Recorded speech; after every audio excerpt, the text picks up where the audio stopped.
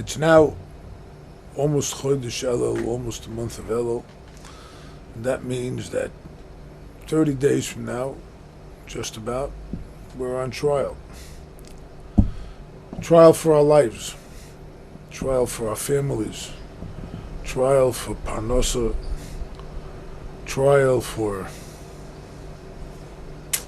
anything you can think of. Any kind of life that we're going to have next year, HaSHana1, 5,771, is all going to take place in about a month from now. Rosh HaShanah, we had in last week's Torah reading, Parshas Ekev. It said about Eretz Yisrael, Tomid Einei Hashem Elokecha Ba, Mereishis HaShana V'ad Acharis Shana. Always the eyes of Hashem are upon Israel, the Holy Land, from the beginning of the year till the end of the year. And the Gemara says on that, we're in Rosh Hashanah,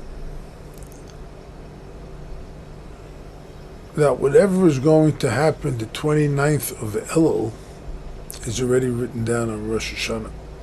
It's already written down the first day of the year.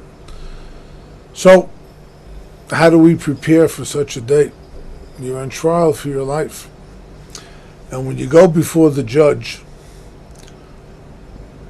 what you have is a Satan, the Yetzer Hara, that says, well, Hashem, I had a pretty good year with this guy.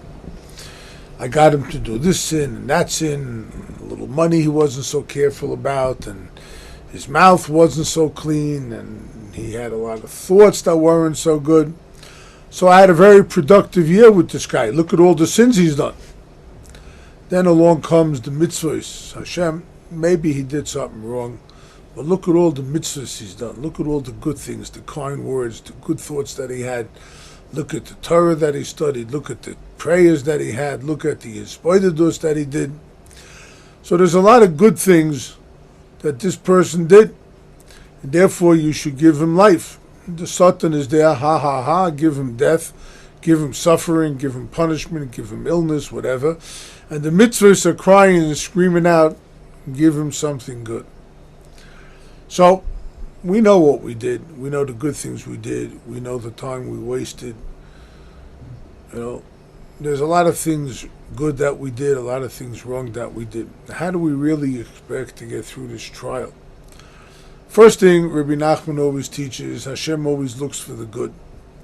And that's really what the eyes of Hashem are upon. It is hashgacha. Hashem is always looking and trying to help the person do the right thing. I have sometimes in hisbodedus, and I look at myself and I see the wrong things that I did and the time I wasted. I said, Hashem, it's a rachmanis on you. It's a big pity on you. Look how hard you're working to try and make me into a good person. And look how I fail each time you give me those opportunities. But then I don't always fail. But Hashem keeps me going anyway, even when I do fail. So the kindness of Hashem, Rabbi Nachman teaches us, is always there to help us get through the day. But there is a way how we can get the best year possible. We can squeeze out the best plea bargain that we can in Rosh Hashanah. And that's if we go to the tzaddik. That's if we spend our time with the tzaddik. Rabbi Nachman teaches that each judgment is called a tzimtzum, a constriction. All those constrictions come from on high, from higher constrictions. This is lesson 61 in Likutei Moharan, first part. But he says that when you go up to the Seichel HaKoilel, that's a Seichel Prati, a tzimtzum, a constriction is an individual thought. The fact that it's individual and not all-encompassing means that it's a constriction. But if we go up to Chochmah Ilah, to the highest levels of Chochmah, we go up to the highest levels where there is a Seichel HaKloli, Seichel HaKoilel, and an all-inclusive and comprehensive Seichel. There, it's everything. If it's everything, there's no constrictions. If it's everything, there's no din. constriction means a judgment, a something that's you're restricted for this, that, or the other. But when you go up to the Seichel HaKoyel, to the Tzaddik, who's the Seichel HaKoyel, he's inclusive of every one of his students. He's inclusive of the entire world. In that case, all the judgments are mitigated. In that case, we're able to go through the judgment or judgment day, and we're able to come through with a good judgment for us and our families and so on. So this is the idea behind going to the Tzaddik on Rosh Hashanah. That's all very good. Well, if Rabbi Nachman's alive, but he said come to him, and he passed away. So what do? So we go to Uman. We go to Uman, which is in the Ukraine, and we go to Rabbi Nachman's gravesite.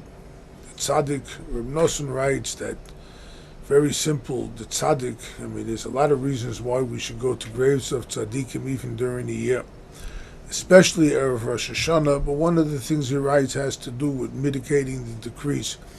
The Tzaddik, after he passes away, has much more strength than he does when he's alive. The Gemara says, Tzaddikim are greater after death than during their lifetimes.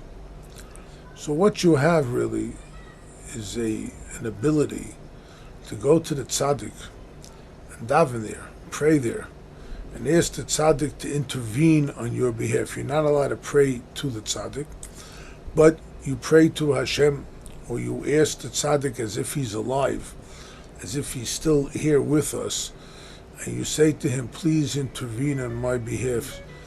And with that, Be'ez Hashem, we'll all have a good year, Chayim, Tovim, a good life, a happy, healthy, successful life, not just for the year, but for all time. Amen. Selah.